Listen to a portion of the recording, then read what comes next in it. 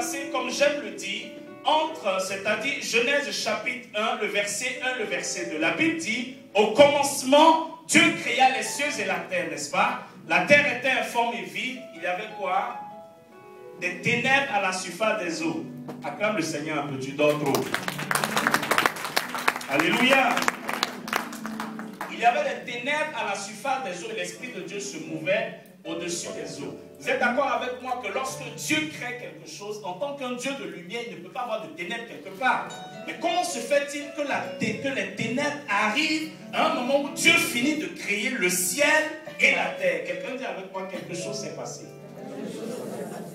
En fait, ce qui s'est passé, c'est que lorsque Dieu a fini d'établir son royaume, après avoir fait les anges, il y en a un parmi eux qui a commencé à se rebeller contre Dieu, qui a voulu totalement prendre toute la part du royaume.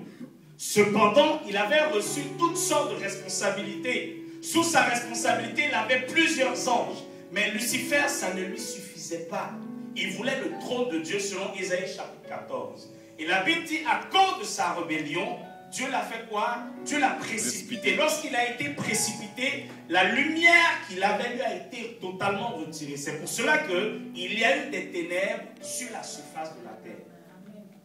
Et donc, lorsque Dieu maintenant a fini de faire cela, Dieu ne voulait pas s'arrêter à la création des anges. Mais Dieu a voulu, comme je le dis, partager son royaume avec nous. Et étant donné que Dieu est esprit, et il sait que pour qu'une chose soit physique, il faille d'abord qu'elle soit spirituelle. Si aujourd'hui il y a des gens qui ne croient pas aux choses spirituelles, quelque chose de spirituel c'est quelque chose qui n'existe pas, d'accord? Et par exemple, bon, moi j'ai fait, quand je suis allé à l'école, j'ai fait beaucoup de chimie, de tout ça. Vous voyez l'eau, les molécules de l'eau. Avant que l'eau ne soit physique, c'est quoi? Vous n'avez jamais entendu parler de H2O?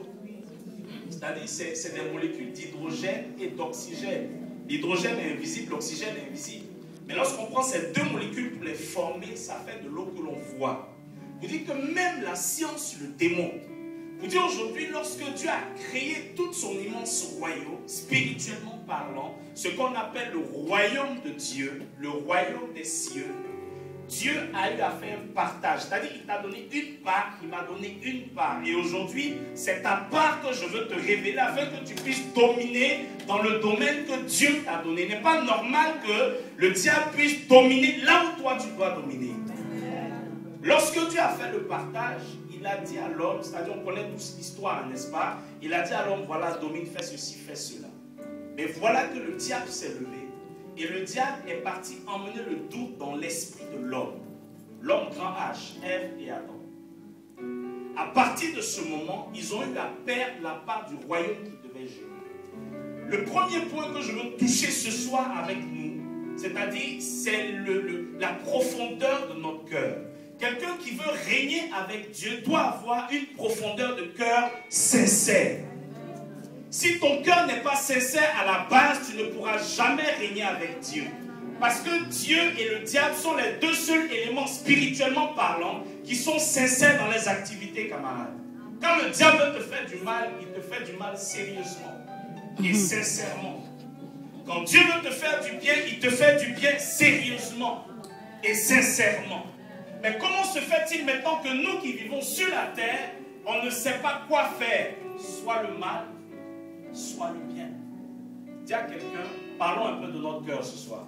Parlons un peu de notre cœur ce soir. Alléluia. Vous savez, c'est un processus. Tu veux que le règne de Dieu vienne en toi. Quand on parle de règne, on parle de tout ce que Dieu a destiné. Vous savez, quand on vit dans un royaume, on bénéficie des lois de ce royaume. On bénéficie de la faveur de ce royaume. Partout où tu passes, on sait que tu viens de tel ou tel royaume. La preuve en est telle. Que tu sois africain, que tu sois américain, asiatique ou je ne sais, lorsque tu arrives dans ta façon de parler, à ton apparence, on connaît directement ton origine. Mais aujourd'hui, le Seigneur veut qu'on puisse reconnaître notre origine. Pourquoi? Parce qu'on vient de quelque part. La terre sur laquelle nous vivons, on n'est que de passage, camarades. Et puisque tu n'es que de passage, tout ce qui est matériel partira. C'est pour cela que Jésus dit, arrêtez de vous amasser des trésors que les vers rongent plutôt amasser des trésors qu'on ne peut détruire. Alléluia. Et la première des choses que tu dois comprendre pour commencer à amasser des trésors que personne ne peut détruire, l'état de ton cœur. Il te sera difficile de régner avec Dieu. Il te sera difficile de dominer dans le pourcentage que Dieu t'a donné si ton cœur est défaillant. Quand je parle de cœur défaillant, je parle d'un cœur qui n'a rien à voir avec la volonté de Dieu. Un cœur qui marche selon ses propres désirs, selon sa propre compréhension, selon ses relations, selon ses diplômes. Dieu ne fonctionne pas. Il ne règne pas avec des personnes comme ça. En fait, Dieu veut régner avec des personnes qui lui font totalement confiance. Dieu veut régner avec des personnes qui s'en foutent totalement de ce qu'ils ont pu acquérir de leur propre force. Parce que lorsque Dieu veut te bénir, il ne regarde pas ta beauté, il ne regarde pas tes diplômes, il ne regarde pas tes relations, mais il regarde la profondeur de ton cœur. Alléluia. Et tu dois savoir que tu as un ennemi, tu n'en as pas deux. Ton ennemi, ce n'est pas ton frère ou ta soeur que tu vois, non. Mais ton ennemi, c'est le diable, Satan, ce méchant démon qui fait tout pour voiler ton cœur, ta vraie identité. Est-ce que tu ne t'es jamais posé une question du genre, je sais que je peux atteindre tel niveau sans avoir besoin de m'appuyer sur un homme ou sur une femme. Mais le problème, je n'y arrive pas. Tu t'es jamais posé cette question. En fait, c'est la profondeur de ton âme qui crie. Ta vraie identité crie. L'héros qui est en toi, qui dort, crie. Vous dites, tu peux y arriver. Mais le diable se manifeste de la même manière qu'il s'est manifesté en Éden. Est-ce que tu penses que